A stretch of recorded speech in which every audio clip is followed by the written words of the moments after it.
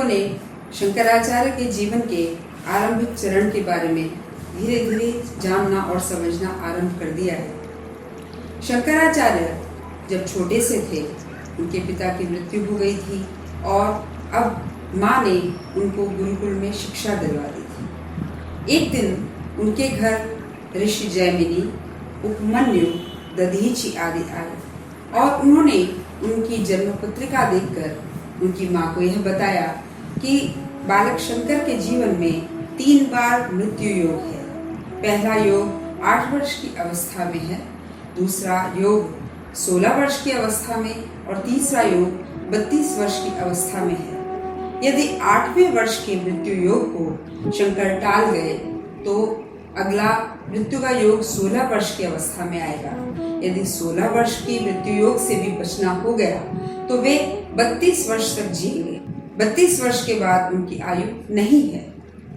माँ ने यह सुना और उसके पश्चात मन ही मन सोचने लगी कि शिव ने यही आशीर्वाद दिया था कि पुत्र यदि अल्पायु है तो भी कोई बात नहीं, परंतु यह पुत्र सर्वगुण संपन्न होना चाहिए। और शंकराचार्य के पिता शिवगुरु और माँ सती ने एक ऐसा ही पुत्र मांगा था। शंकराचार्य निश्चय ही ऐसे ही पुत्र थे।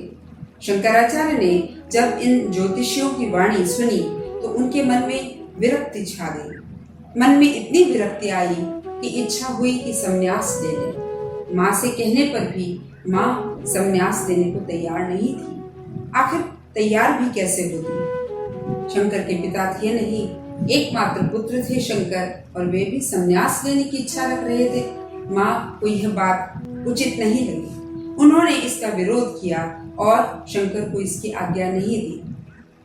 जिस आलवाई नदी के बारे में हम लोगों ने पिछले प्रकरण में भी जाना था, उसी नदी में एक दिन शंकर और उनकी माता स्नान करने के लिए गई। माँ नदी में स्नान करने के बाद में बाहर निकल आई, लेकिन शंकर अभी नदी में थे।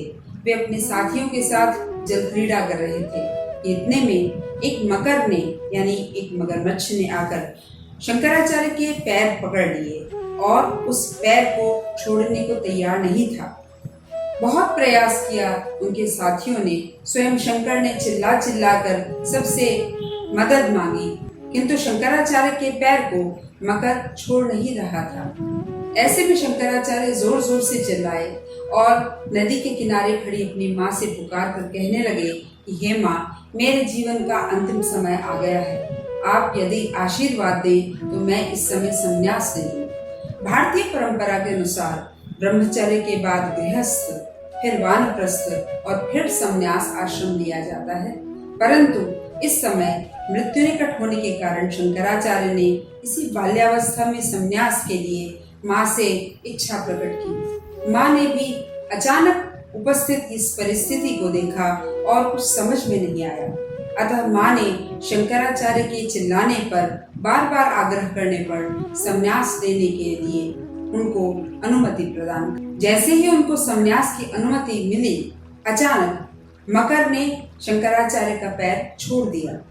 आश्चर्यचकित कर देने वाली इस घटना को सभी देखते रह गए। सबको समझ नहीं आया कि वह मकर कहाँ से आया और कैसे उसने शंकराचार्य का पैर अचानक छोड़ दिया। शंकराचार्य को उनके साथी नदी के किनारे लेके आ गए और देखा कि शंकराचार्य पूरी तरह से स्वस्थ हैं।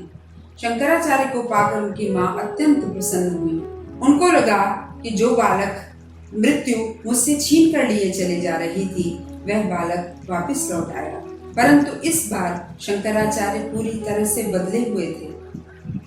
उनकी माँ जिस संन्यास की अनुमति देकर भूल गई थी, शंकराचार्य को वह अच्छी तरह से याद थी और शंकराचार्य मन से सन्यासी बनकर लौटे थे।